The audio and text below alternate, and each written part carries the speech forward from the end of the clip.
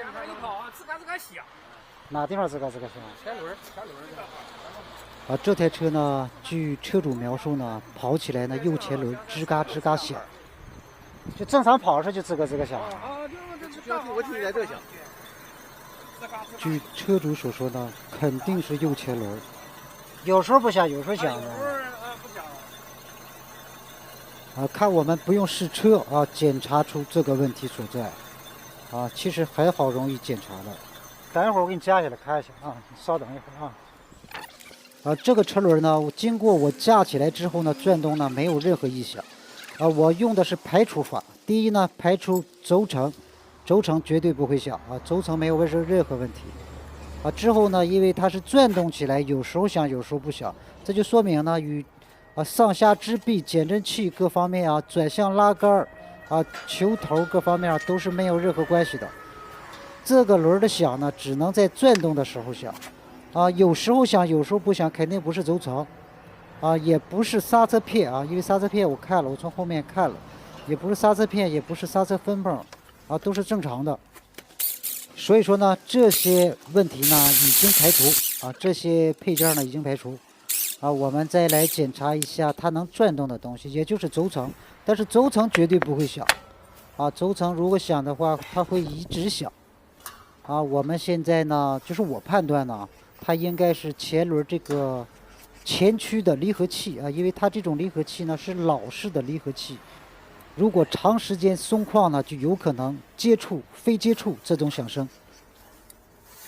因为我手头上呀没有这种配件，我只能把它的这些我观察出来的故障点呢只能给它拆卸，做一个拆卸幸好呢拆卸之后呢大不了前轮驱动就没有了挂不了前驱动但是呢这样呢更容易让我们快速找到这个故障点。我把它的前轮离合器拆掉了呢，我让它试车试车这时候车主呢问我这个东西这个离合器有没有磨损但是呢有磨损，有一丁点的磨损但是呢这时候我还不敢就是把这个故障点说的非常肯定。看不出来，没看到有磨着的迹象磨得非常轻磨损得非常轻，有一些细微的铁屑但是呢我并没有说我看出问题了为什么呢？因为我不敢保证就是这个离合器的问题，所以说呢我不敢肯定我就没跟人家车主说这时候呢我看它磨损太轻我就看一下下面的这个球笼的晃动量是怎样的发现球笼晃动量呢正常，没有任何问题。这时候呢我似乎可以肯定应该是这个离合器出现了问题因为没有别个配件能产生这种异响这台车呢没有试车。如果你再跑一圈看之所以没有试车，因为嫌麻烦，我还有其他的工具你就那么试一圈瞧瞧，你再试一下你试一圈看。对，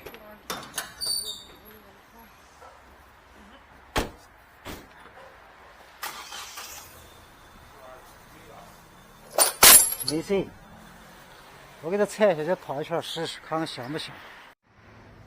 之后呢，行驶了一圈很快的1分钟不到，车主回来了，说这个异响没了，这就说明呢是这个离合器出现了问题。